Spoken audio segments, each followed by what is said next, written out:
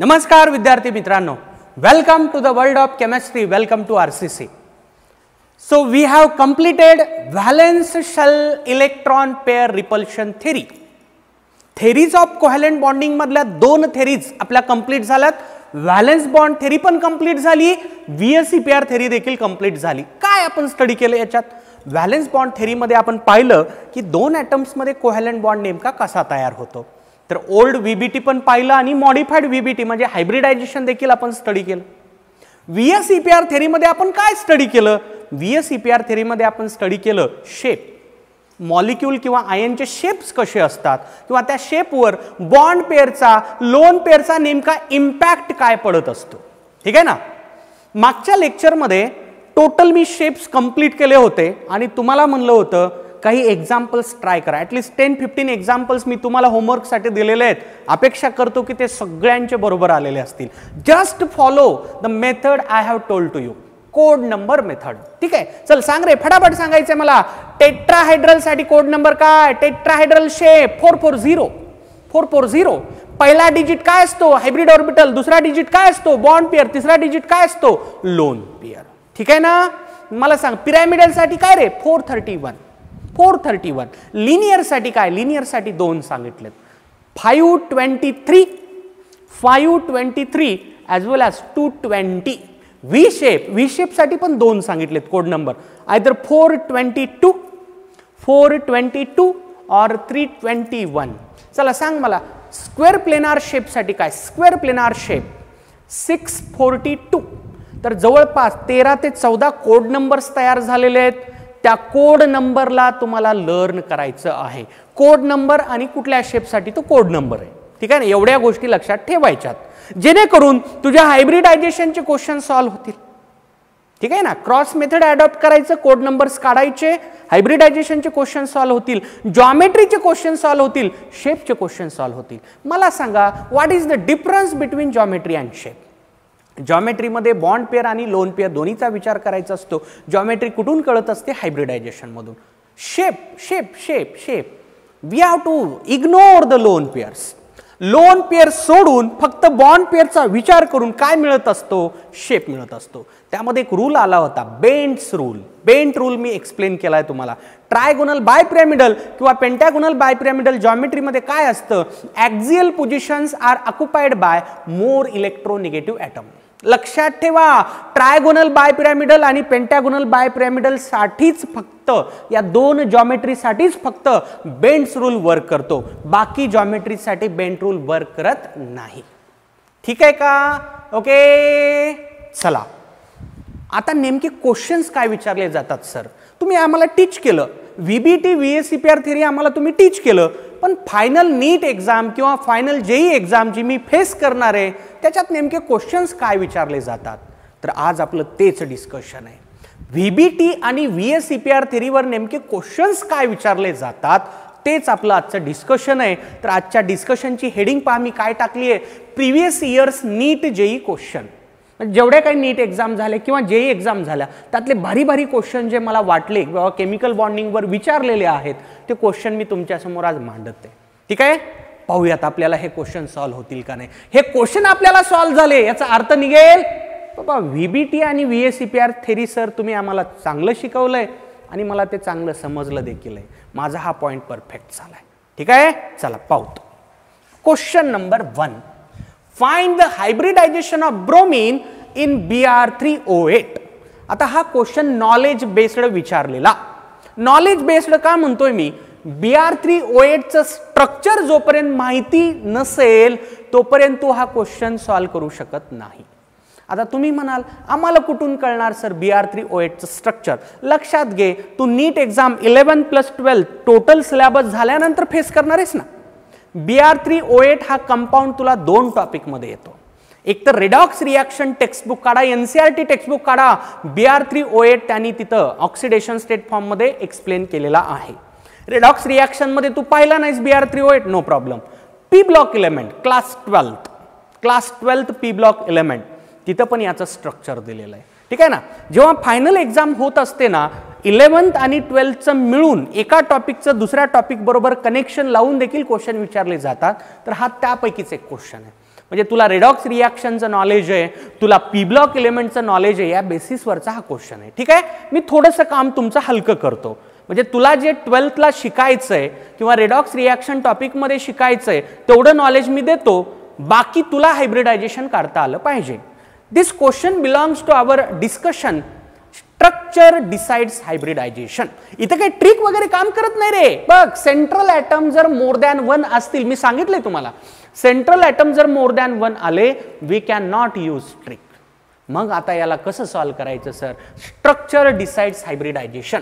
Options देखील दिलेत तुम्हाला. ठीक आहे, हा क्वेश्चन बेस्ड आहे आपल्या या डिस्कशनवर. Structure decides hybridisation. मला सांगा, हे डिस्कशन आपलं झालंय का नाही रे? झालंय. बरेच एक्झाम्पल्स घेतलेत मी. Structure decides hybridisation. ठीक आहे, पाहूत मग. याचं स्ट्रक्चर माहिती असल्यानंतर याचं हायब्रिडायझेशन काढता येईल. बघा, स्ट्रक्चर असं आहे. ब्रोमीन, ब्रोमीन, ब्रोमीन, हे 3 ब्रोमिन्स. ठीक आहे, double bond O, double bond O, double bond O, double bond O, double bond O. मी तुम्हाला हे स्ट्रक्चर ड्रॉ करण्याची मेथड सांगत नाहीये रे. फॅक्ट आहे हा. Br3O8 चं स्ट्रक्चर असंच असतं. फॅक्ट आहे. मी काय याचं स्ट्रक्चर ड्रॉ करून दाखवलं नाहीये तुम्हाला. ही रियालिटी आहे. ब्रोमीन Br3O8 चं हे स्ट्रक्चर आहे. ठीक आहे, आता मला Br चं हायब्रिडायझेशन काढायचं आहे. स्ट्रक्चर डिसाइड्स हायब्रिडायझेशन मध्ये तुम्हाला सांगितलं होतं, number of sigma bonds plus number of lone pairs equal to hybrid orbitals. आपल्याला ब्रोमीनवर फोकस ठेवायचा. हा, आता बघा, या ब्रोमीनचे सिग्मा मोजतो मी. हा, नंबर लिहितो मी. 1, आता या 2 मध्ये एकच सिग्मा ना, 2, 3 आणि हा 4था सिग्मा. या ब्रोमीननं किती सिग्मा तयार केले रे? 4 सिग्मा. या ब्रोमीनचे टोटल झाले 4 सिग्मा आणि 0 लोन पेअर. 4 सिग्मा आणि 0 लोन पेअर. मान्य आहे? चल, या ब्रोमीनकडे बघ. या ब्रोमीनसाठी हा पहिला सिग्मा धरतो मी. याच्यात एक दुसरा असेल, याच्यात तिसरा असेल आणि याच्यात 4था असेल. इथं एक एक पाय असणार आहेत. ठीक आहे ना. वन्स अगेन, या ब्रोमीनचे 4 सिग्मा आणि 0 लोन पेअर. मान्य आहे सगळ्यांना? ओके. आता हा ब्रोमीन बघा. या ब्रोमीनचा हा मी पहिला सिग्मा काउंट करतो. हा पहिला, हा दुसरा, तिसरा आणि 4था. परत इथं पाय पाय असणार आहेत ना एक. ओके. या ब्रोमीनचे देखील टोटल 4 सिग्मा, 0 लोन पेअर. मला सांगा मग आता हायब्रिड ऑर्बिटल किती झाले? हायब्रिड ऑर्बिटल कसे काढायचे असतात? Number of sigma bonds plus number of lone pairs. तर हायब्रिड ऑर्बिटल याचे 4 झाले टोटल. या दोन्हीची बेरीज करे, किती येतं? 4 येतं. 4 येतं, परत 4 येतं, परत 4 येतं. So my conclusion is that this bromine is sp3. हा ब्रोमीन आहे sp3. हा देखील आहे sp3 आणि हा देखील आहे sp3. All the bromines possess same hybridization and it is sp3. लक्षात आलं का? ओके. चला जाऊत लगेच पुढच्या क्वेश्चन कडे. Question number 2. हा क्वेश्चन आला होता बघा नीट 2016 आणि हा असा क्वेश्चन होता जिथं 99% स्टुडंटनी मिस्टेक केली होती. क्वेश्चन बघा काय. The correct geometry and hybridisation of XeF4 is. Question आहे जॉमेट्रीचा. ठीक आहे, बघा त्यांनी पहिलं ऑप्शन पर्पजफुली हे ठेवलेलं आहे, स्क्वेअर प्लेनार sp3d2. ठीक आहे, बघा आता मग या क्वेश्चनला अप्रोच कसा करायचा. आपली क्रॉस मेथड अडॉप्ट करायची. झेनॉन सेंट्रल ॲटम आहे. मला सांग झेनॉनकडे किती व्हॅलन्स इलेक्ट्रॉन? 8. 1 2 3 4 5 6 7 8. मान्य? बघ, 1 bond, 2 bond, 3 bond, 4 bond, 4 fluorine संपले. 1 lone pair, 2 lone pair. Bond pair झाल्या 4, लोन पेअर झाल्या 2. हायब्रिड ऑर्बिटल होतील 4 + 2 6. हायब्रिड ऑर्बिटल 6 आल्यामुळं हे कोणालाही कळू शकतं याचं हायब्रिडायझेशन येईल sp3d2. काय येईल? sp3d2. मला सांग आता जॉमेट्री काय असेल? जॉमेट्री ऑक्टाहेड्रल असेल का स्क्वेअर प्लेनार असेल? कारण sp3d2 असणारे 2 ऑप्शन्स आहेत, फर्स्ट आणि थर्ड. काय वाटतं मग, स्क्वेअर प्लेनार का ऑक्टाहेड्रल? लक्षात ठेवा, स्क्वेअर प्लेनार ही जॉमेट्री नाहीये. स्क्वेअर प्लेनार हा शेप आहे. ठीक आहे ना. याची जॉमेट्री काय येईल मग? ऑक्टॅहेड्रल येईल. काय येईल? ऑक्टॅहेड्रल येईल. कारण जॉमेट्री विचारल्यानंतर जॉमेट्री कोण ठरवत असतं? हायब्रिडायझेशन वरून ठरवायची. sp3d2 हायब्रिडायझेशन ज्या ज्या स्पेसिस मध्ये होतं ना त्याची जॉमेट्री फिक्स आहे. काय आहे? ऑक्टॅहेड्रल. हा, मला जर याचा शेप विचारला असता ना मग मी काय केलं असतं? याचं स्ट्रक्चर काढण्याचा प्रयत्न केला असता. ऑक्टॅहेड्रल म्हणल्यानंतर असं ऑक्टॅहेड्रल असं असतं. ठीक आहे ना? तर बघा हे एक्झाम्पल मी घेतलेलं आहे रे. स्क्वेअर प्लेनार शेप बघा नोटबुकमध्ये तुला हे दिसेल. असं मी ड्रॉ केलेलं आहे. हे लोन पेअर दुसऱ्या प्लेनमध्ये लिहायचेत आपल्याला जेणेकरून लोन पेअर रिपल्शन मिनिमाइज होईल. कारण आता इथं अँगल लोन पेअरमध्ये 180 आला ना. इथं काही बेंट रूल वगैरे काम करत नाही. बेंट रूल ऑक्टॅहेड्रल जॉमेट्रीसाठी नसतो. तो कोणासाठी असतो? ट्रायगोनल बायपिरॅमिडलसाठी, पेंटॅगोनल बायपिरॅमिडलसाठी. तर हे बेंट रूलचं एक्झाम्पल नाही आहे बिलकुल. त्यामुळे मनात आणू नको की इकडं फ्लोरीन का लिहायचा नाही वगैरे वगैरे. ठीक आहे का? आता मला जर शेप विचारला असता मी याला इग्नोर करून शेप पाहिला असता, स्क्वेअर प्लेनार उत्तर आलं असतं. जर शेप विचारला असतं तर पहिलं ऑप्शन येत होतं, पण मला जॉमेट्री विचारली आहे म्हणून करेक्ट आन्सर काय रे? ऑप्शन 3. गडबडीमध्ये मॅक्झिमम स्टुडंटनी पहिलं आन्सर लिहिलं होतं. कारण हे फेमस एक्झाम्पल आहे. स्क्वेअर प्लेनार शेपचं फेमस एक्झाम्पल कुठलं आहे? XCF4. ठीक आहे का? लक्षात आले दोन्ही क्वेश्चन? चला नोट करा फटाफट. पुढचा क्वेश्चन भारी क्वेश्चन आहे. In which of the following cases molecule is planar?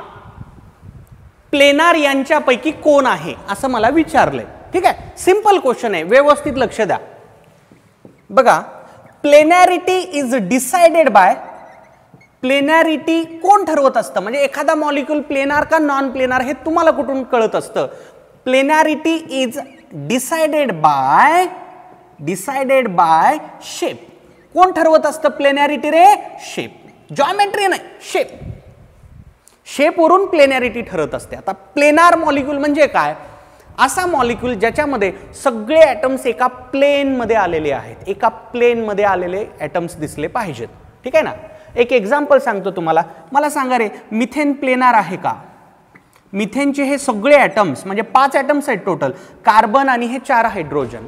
5 item एका प्लेन मध्ये असतात का? नसतात. हे स्ट्रक्चर डायमंड सारखं असतं रे. तू डायमंड पाहिला असशील, डुप्लिकेट का होईना पण पाहिला असशील. मला सांग, तिथे सगळे ॲटम एका प्लेन मध्ये असतात का? नसतात. प्लेन म्हणजे काय सर? प्लेन म्हणजे असा सरफेस ज्या सरफेसवर मी जर 2 पॉइंट घेतले, त्या 2 पॉइंटला जोडणारी जर मी स्ट्रेट लाईन काढली, ती लाईन त्या सरफेसवर राहिली पाहिजे. असा सरफेस ज्यावरचे कुठलेही 2 पॉइंट मी सिलेक्ट केले, त्यांना जोडलं तर एक स्ट्रेट लाईन तयार व्हावी आणि ती स्ट्रेट लाईन त्याच सरफेसवर राहावी. समजा हा बोर्ड आहे. या बोर्डवर मी कुठलेही 2 पॉइंट घेतो. एक इथं घेतला, मी यांना जोडलं, स्ट्रेट लाईन मिळाली. मला सांग, ही लाईन इथंच राहिली का नाही? इथंच राहिली का नाही? ओके, राहिली का नाही? पण टेट्राहेड्रल शेप हे प्लेनार नसतं. कारण टेट्राहेड्रलमध्ये भरपूर आपल्याला फेस पाहायला मिळतात. एकापेक्षा जास्त फेस जिथं असतात ना ते नॉन प्लेनार असतं. एकापेक्षा जास्त फेस आले, समजा आपला क्लासरूम आहे, इमॅजिन करा. आता तुम्ही नाही आहेत क्लासरूममध्ये, तुम्ही जिथं बसलात ती रूम तुम्ही इमॅजिन करा. त्या रूम मधले कोणत्याही 2 बाजू घ्या. रूमला पण बाजू आहेत ना तुमच्या, कुठल्याही 2 घ्या. त्या 2ला जोडणारा, ते 2ला कंबाईन मध्ये थिंक करा, ते प्लेन नसणार आहे. ठीक आहे? समजा तुम्ही ज्या रूम मध्ये बसलात त्याचा रूफ घ्या आणि समजा उजव्या बाजूचा एक वॉल घ्या. ठीक आहे? या दोन्हीला जोडून बघू आपण कसं. वरच्या रूफवरचा एक पॉइंट घ्या आणि इकडचा एक पॉइंट घ्या. राईट हँड साईडचे जे वॉल असणार आहे त्याचा पॉइंट घेतला मी. आता त्यांना जर मी जोडलं त्या 2 पॉइंटला, मला सांगा त्यांना जोडणारी स्ट्रेट लाईन त्या सरफेसवर राहते का रे? नाही राहत. ती कुठं जाते? एअरमध्ये जाते, हवेत राहते ती. म्हणून त्या 2 वॉलला जोडून जे काही तयार झालं त्याला तुम्ही प्लेन म्हणू शकत नाही. ठीक आहे? चला, माझं बोललेलं काही कळलं नाही ना? ज्याला कळलं नाही त्याने एवढं लक्षात ठेवायचं. प्लेनॅरिटी इज डिसाइडेड बाय शेप. ठीक आहे? प्लेनॅरिटी कोण ठरवत असतं? Shape. Methane is non planar. पण बघा बघा बघा बघा, BF3 असा असतो. BF3. आता हे सगळे पॉइंट एका प्लेन मध्ये असतात. हे ट्रायंगल असतात ना रे, ट्रायंगल प्लेन आहे. ट्रायंगल वरचे कोणतेही 2 पॉइंट घेऊन स्ट्रेट लाईन काढ, ती ट्रायंगल वरच तुला सापडेल का? ट्रायंगलच्या बाहेर जाईल का? कुठलेही 2 पॉइंट घे म्हणतो मी. Select any 2 points on the triangle आणि त्या 2 पॉइंटला जोडून स्ट्रेट लाईन जनरेट करा. ती स्ट्रेट लाईन तुम्हाला त्या ट्रायंगलवरच दिसेल. म्हणजे ट्रायंगल काय आहे? प्लेनार शेप आहे. स्क्वेअर काय आहे? प्लेनार आहे. ट्रायंगल प्लेनार आहे, स्क्वेअर प्लेनार आहे. आलं का लक्षात? तर प्लेनॅरिटी कोण ठरवत असतं? शेप ठरवत असतं. आता मग कुठले शेप्स आम्ही प्लेनार म्हणायचे sir? Planar shapes. Planar shapes लक्षात ठेवून टाकायचं आता हे सगळे जणांनी. प्लेनार शेप्स कुठले आहेत? ठीक आहे, तर बघा linear, linear, linear, trigonal planar. याच्या नावातच प्लेनार आहे, संपला विषय. बघ रे, नावात ज्याच्या प्लेनार आहेत ते प्लेनार आहेत. काय विशेष आहे का? ट्रायगोनल प्लेनार आणि स्क्वेअर प्लेनार, बस संपलं.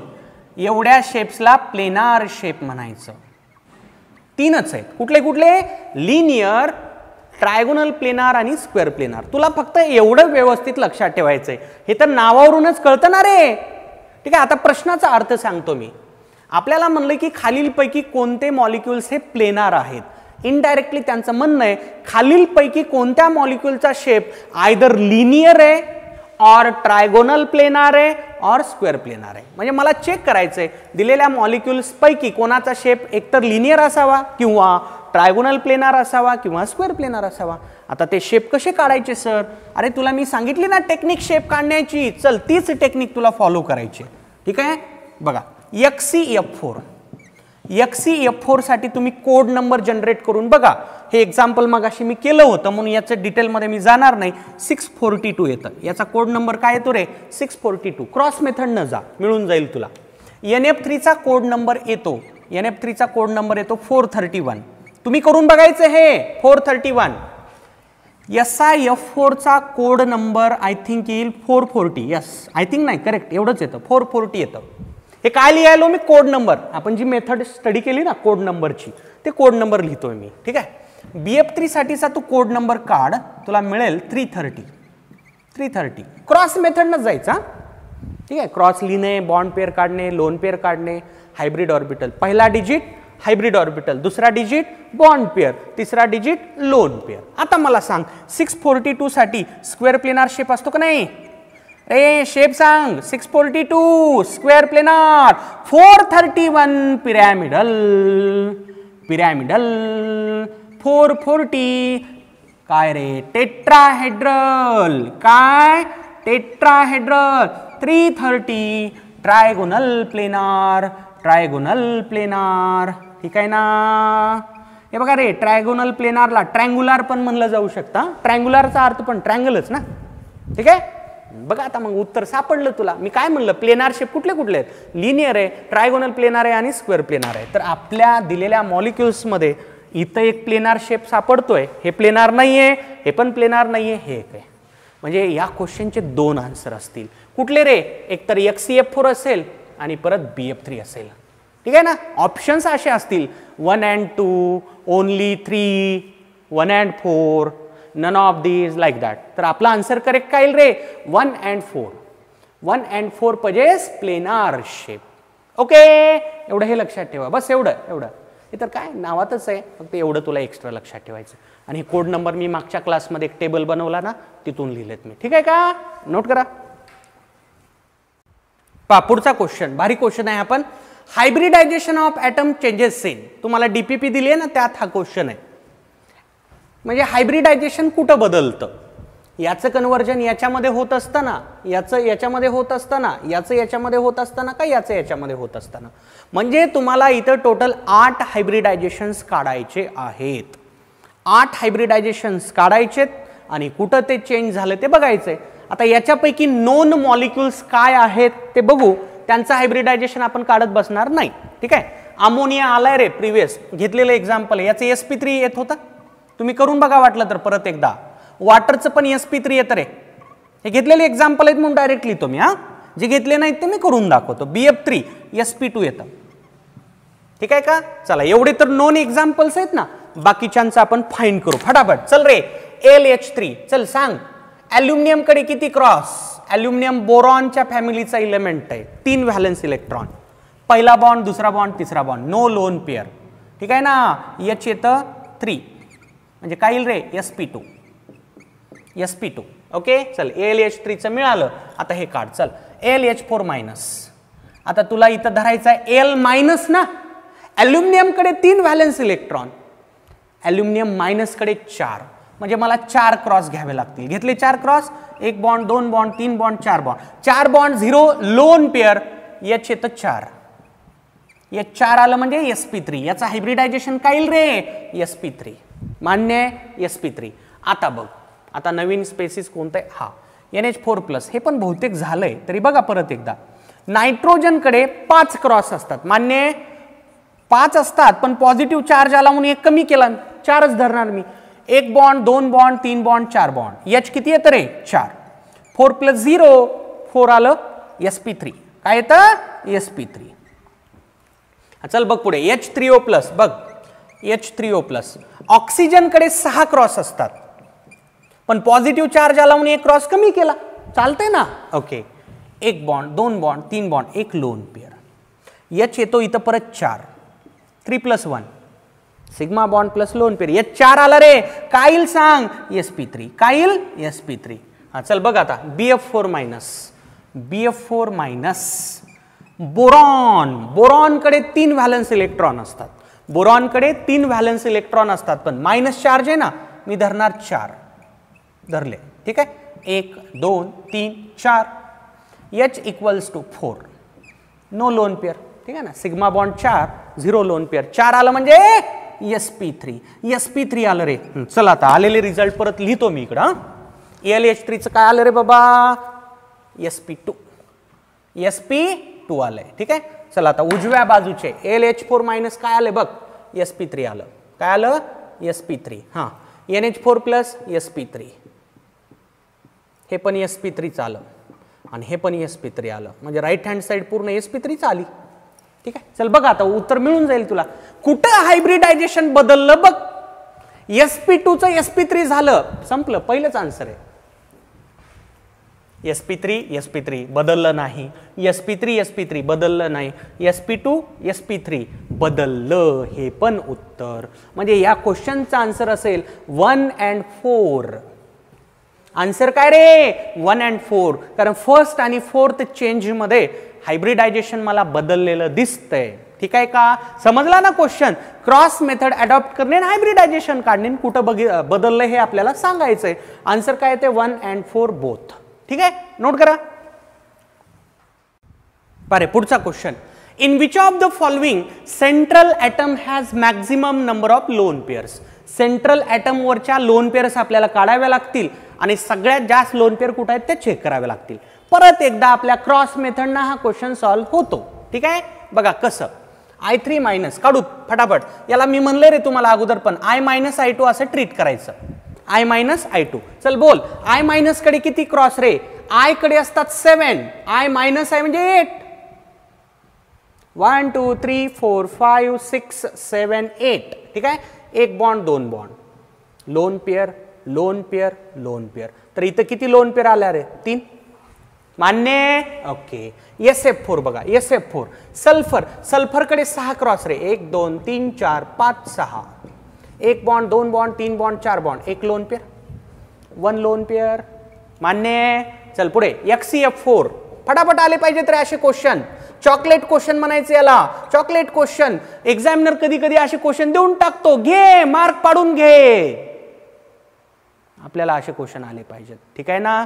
अशा क्वेश्चन मध्ये जर आपले निगेटिव्ह मार्क्स जात असतील ना, आपल्या एवढं दलिंदर कुणीच नाही बघा, ठीक आहे ना. अरे फ्रीचे मार्क्स आहेत असे क्वेश्चन, म्हणजे केअरफुली आपल्याला सॉल्व्ह करता आलं पाहिजे, ठीक आहे. बघ रे, 1 2 3 4 5 6 7 8, ठीक आहे. 1 bond 2 bond 3 bond 4 bond, lone pair 2 lone pair, ठीक आहे. चल पुढे. ClO3-, ClO3-, फटाफट. ClO3- आहे ना, Cl कडे 7 क्रॉस असतात, पण निगेटिव्ह चार्ज आला म्हणजे 8वा क्रॉस घ्यावा लागेल. 8 क्रॉस घेतले. बघ, 1 ऑक्सिजन 2 ऑक्सिजन 3रा oxygen, 1 lone pair 1 lone pair. बघ आता सगळ्यात जास्त लोन पेअर कुठं आल्या रे?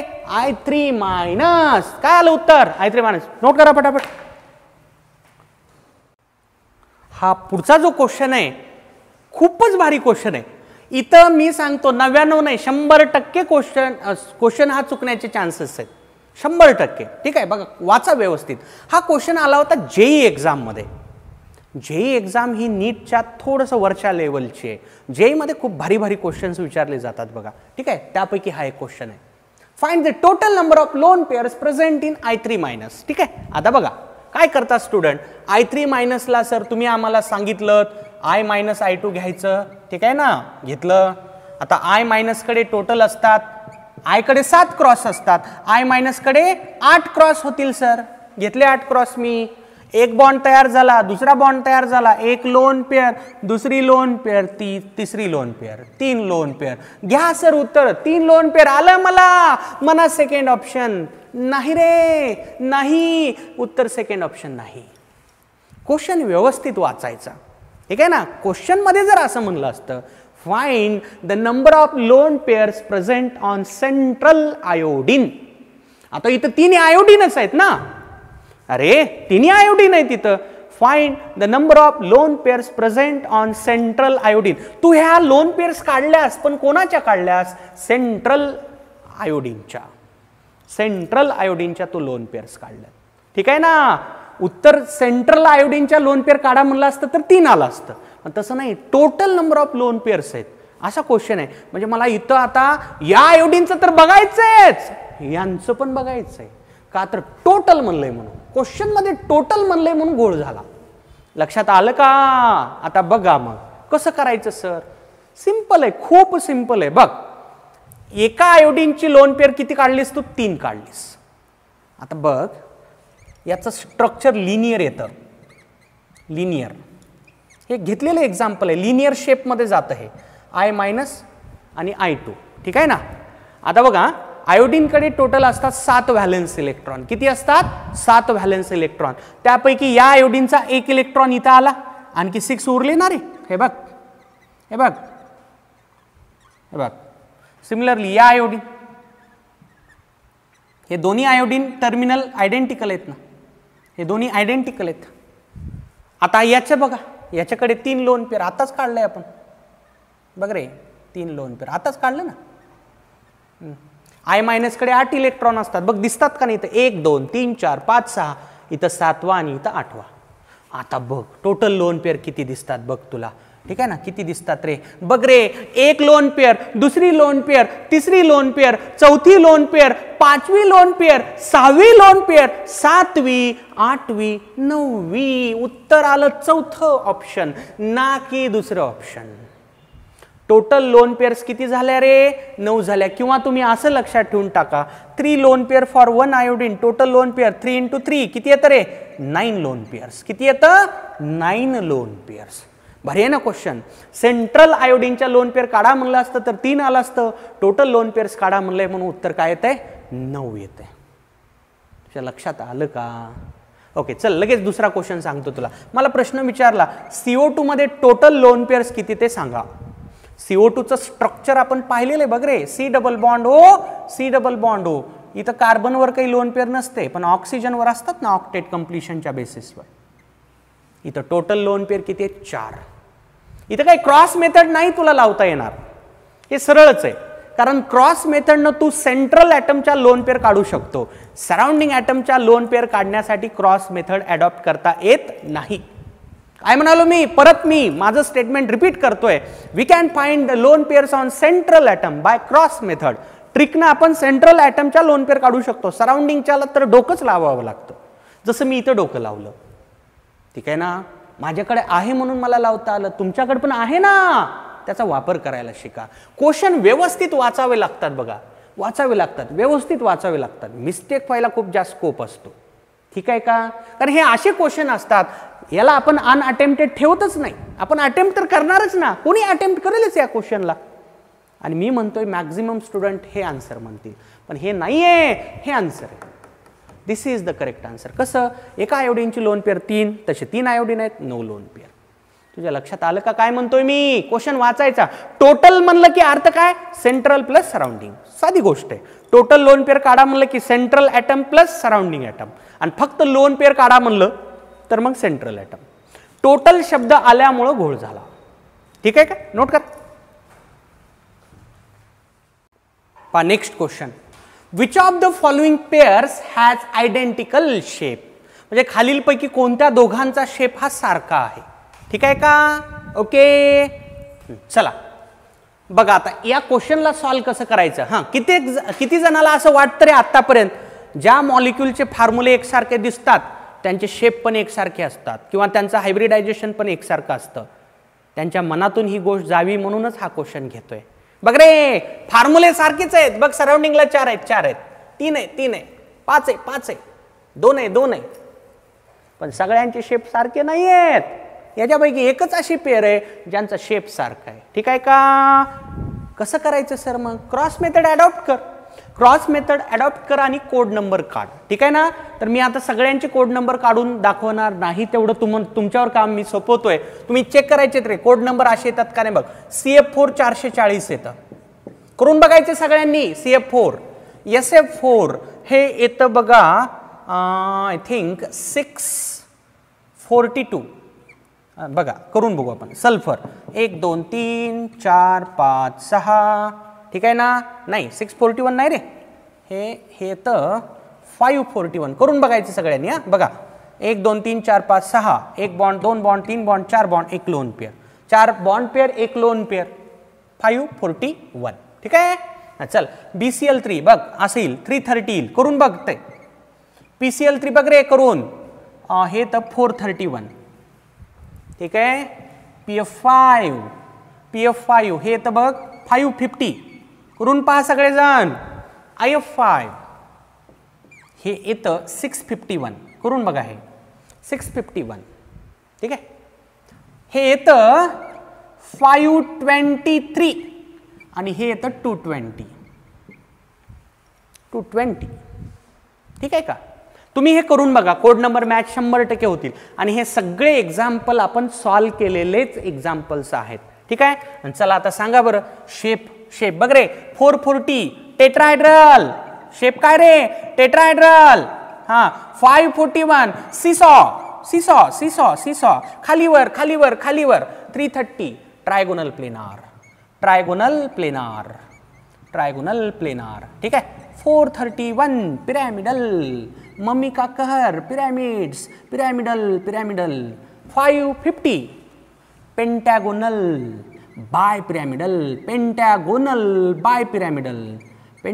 बायपिरामिडल. 651 तुम्ही चेक करा, कालचा टेबल चेक करे. स्क्वेअर पिरामिडल बघ square pyramidal. 523 linear. 220 also linear. तर कुठं सारखे शेप दिसतायत?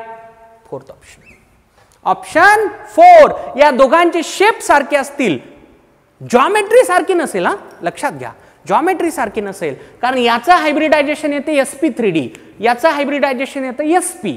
याची जॉमेट्री ट्रायगोनल बायपिरामिडल आणि याची जॉमेट्री काय? लिनियर. sp हायब्रिडायझेशनची जॉमेट्री लिनियर असते आणि इथे 0 लोन पेअर असल्यामुळे जॉमेट्री शेप आयडेंटिकल आहेत. जॉमेट्री यांची आयडेंटिकल नाही पण शेप आयडेंटिकल व्हायला होऊ शकतं असं. ठीक आहे का? असं होऊ शकतं. हायब्रिडायझेशन वेगळं असताना, जॉमेट्री वेगळ्या असताना देखील शेप इक्वल असू शकतात. आलं का लक्षात? नोट करा फटाफट. पुढचा question. Among the compounds 5 compounds दिलेले आहेत. Which 2 have same hybridisation. म्हणजे यांच्यापैकी कुठले तरी 2 असे मॉलिक्युल्स आहेत ज्यांचं हायब्रिडायझेशन सेम आहे. चला फटाफट बघ रे. BF3 किती दिवस झालं रे? BF3 कितीदा आला रे? sp2 येतं. करून बघ तू. जे एक्झाम्पल माहिती आहेत ते मी परत इथं करून दाखवणार नाही. ठीक आहे. SF4 चल SF4 आता केला होता ना मागच्या क्वेश्चन मध्ये, का करायचं परत? चल घे बघ तुझं पोट भरतच नाही एकदा करून. 1 2 3 4 5 6 1 bond 2 bond 3 bond 4 bond lone pair. 4 bond pair 1 lone pair. H किती येईल रे? 5. H5 आला म्हणजे काय रे? sp3d. काय येईल? sp3d hybridisation. चल बघ H2s बघ. सल्फर कडे 6 cross 1 2 3 4 5 6 1 bond 2 bond lone pair 2 bond pair 2 lone pair. H येईल 4. H4 आला म्हणजे काय रे? sp3. काय येईल? sp3 हे झालं sp3. हां चल बघ आता NCl3 NCl3 बघ नायट्रोजनकडे 5 cross 1 2 3 4 5 1 2 3 lone pair 3 bond pair 1 lone pair H = 4 sp3 hybridisation. चल लास्ट BCl2 सगळ्यात पहिले एक्झाम्पल आहे बघा मी हायब्रिडायझेशन डिटेलमध्ये एक्सप्लेन केलेलं बघा तरी परत एकदा. Beryllium 2 cross 1 bond 2 bond H = 2 sp. अरे sp. चल सांग आन्सर आता कुठल्या दोघांचे हायब्रिडायझेशन सेम आहेत बघ. H2S चं काय sp3 NCl3 चं पण काय sp3. बाकी कुठल्या दोघांचे आहेत का रे बाबा हायब्रिडायझेशन सेम नाहीत. उत्तर काय येईल मग सर उत्तर येणार आहे रे तुला कळतंय ना रे उत्तर येईल H2S and NCl3 हे दोघं H2S आणि NCl3 चं हायब्रिडायझेशन सेम येतं काय ते sp3. ओके नोट कर. पुढचा question the correct order of bond angles in ammonia NH4+ म्हणजे अमोनियम आयन आणि NH2- म्हणजे त्याला अमाइड आयन म्हणतात ठीक आहे ना. तर या तिघांची करेक्ट ऑर्डर काढायची कशाची बॉन्ड एंगलची. हे काय असतं सर बॉन्ड एंगल.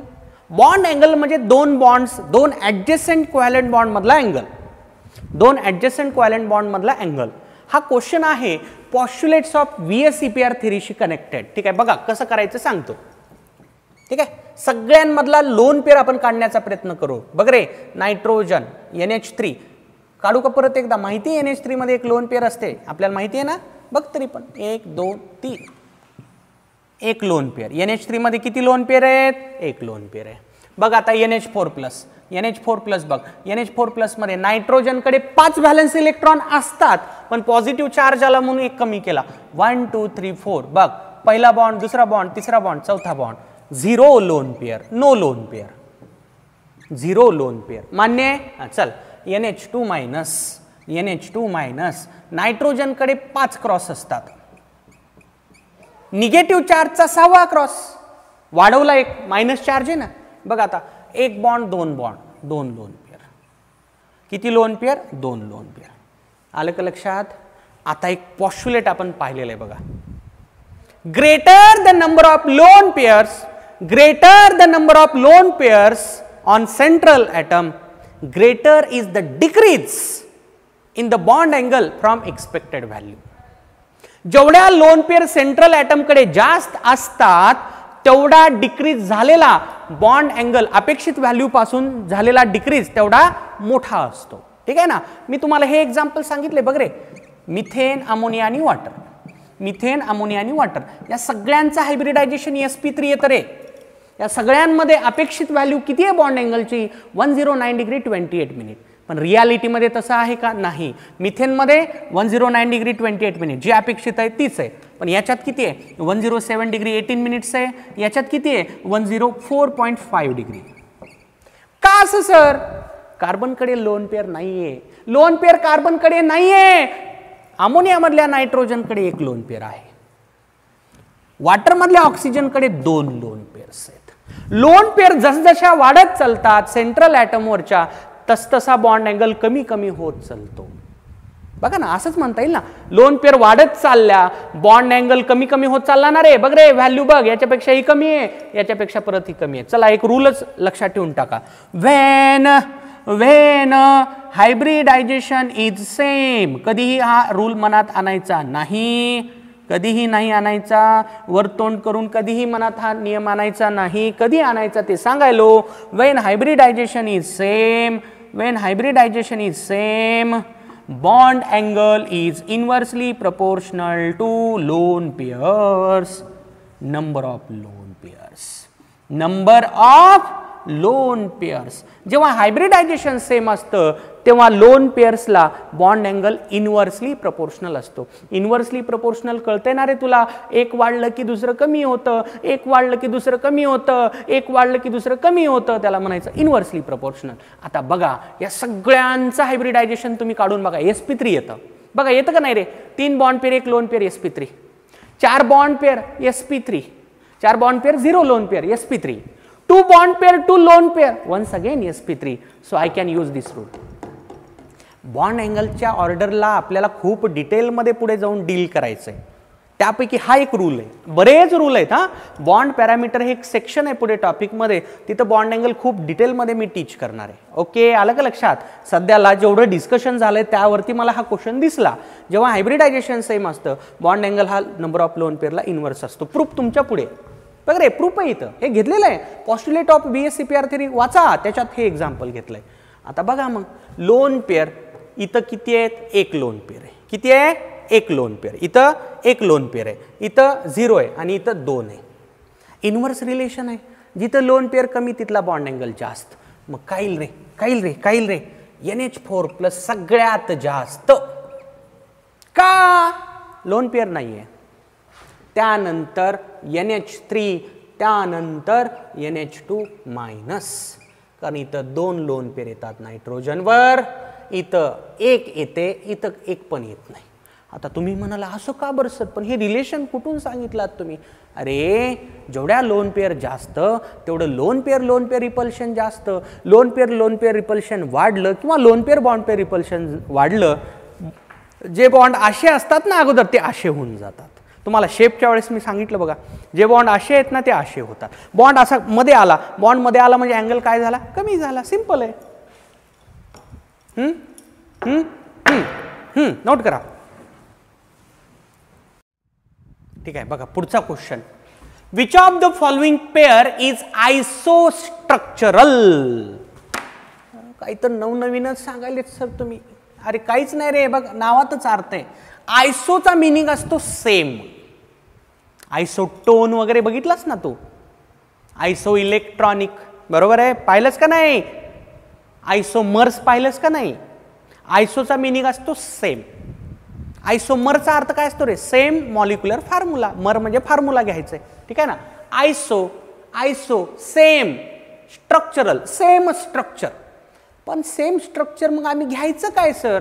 शेप घ्यायचं का जॉमेट्री घ्यायचं? लक्षात ठेवा रे, आयसो स्ट्रक्चरल म्हणलं की सेम शेप, शेप सेम असल्यानंतर त्या 2 स्पीसीजला म्हणलं जातं आयसोस्ट्रक्चरल. कारण आपल्याला स्ट्रक्चरमध्ये इम्पॉर्टंट थिंग असते बॉन्ड्स. बॉन्ड्स आपण कशात धरतो रे? फक्त शेपमध्ये धरतो. जॉमेट्रीमध्ये बॉन्ड तर धरतोच, लोन पेअरचा पण विचार करतो ना, पण शेपमध्ये फक्त बॉन्ड धरतो. स्ट्रक्चर म्हणलं की बॉन्डचा विचार, आणि बॉन्डचा विचार शेपमध्ये होत असतो, म्हणून सेम शेप. आयसोस्ट्रक्चरलचा क्वेश्चन आला की तुम्ही असं समजून जायचंय की खालीलपैकी कोणत्या दोघांचे शेप सेम आहेत. बघू मग, ठीक आहे? बघ रे, हे रटाळ झाले रे एक्झाम्पल. आता कित्येकदा आलं रे आतापर्यंत. अमोनियाचा शेप बघ तू, झालेले एक्झाम्पल आहे, पिरॅमिडल आहे. मी फक्त जे नवीन एक्झाम्पल आहे ते एक्सप्लेन करतो रे. बघा झालेलं आहे हे. BF3 ट्रायगोनल प्लेनार आहे. करून बघा वाटलं तर तुम्ही, कोड नंबर मेथडनं करून बघा, ट्रायगोनल प्लेनार येतो का नाही. तुला मी कोड नंबर पण सांगतो, याचं करून बघ तू, 431 येईल. याचं करून बघ, याचं येतं बघा 330. करून बघा रे. CO3-2 once again trigonal planar, trigonal planar हे वन्स अगेन 330. SO3-2 हे येतं बघा पिरॅमिडल. उगा म्हणू नका, करून बघा, करून बघा, करून बघा. पिरॅमिडल येतं 431. ठीक आहे का? PCl5. अरे हे तर चॉकलेट एक्झाम्पल आहे रे, डिटेलमध्ये सांगितलंय तुला मी. ट्रायगोनल बाय पिरॅमिडल, TBP मी शॉर्टमध्ये लिहायलो. ट्रायगोनल बाय पिरॅमिडल SP3D मध्ये घेतलेलं एक्झाम्पल आहे हे. 550 कोड नंबर याचा, बघ करून बघ, ठीक आहे? ICl5 याचा शेप येतो बघा स्क्वेअर पिरॅमिडल, आणि याचा कोड नंबर येतो 651. का करून दाखवते? चला ते मी करून दाखवतो, नो प्रॉब्लेम. XCF2 हे पण घेतलेलं आहे, लिनियर शेपमध्ये डिटेलमध्ये घेतलेलं एक्झाम्पल आहे. 523 याचा शेप येतो linear. Linear shape, linear. IF2- याचं देखील तेच येतं, 523 लिनियरच येतो शेप. झालं मग, आन्सर कळलं सर. तुमच्या बोलण्याहून मला कळलं आन्सर 4 आहे. अरे माझ्या बोलण्याहून नाही, तुला हे कळलं पाहिजे ना अगोदर, लिनियर कसं आणलं ते. चल मी सांगतो तुला, फटाफट सांगतो. हां चल, नवीन काय आलं? ICl5 नवीन आलं रे, मी आतापर्यंत न घेतलेले example.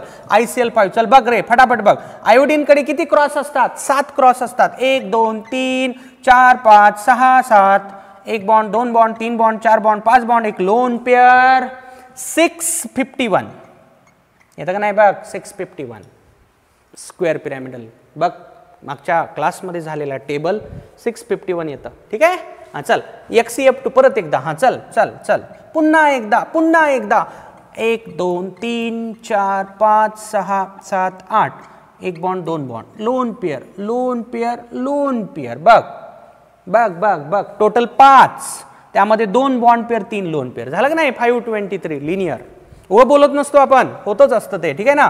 IF2 minus IF2 minus IF2 minus, I minus कडे किती क्रॉस, I कडे 7 असतात, I मायनस कडे 8, 6 7 8 8.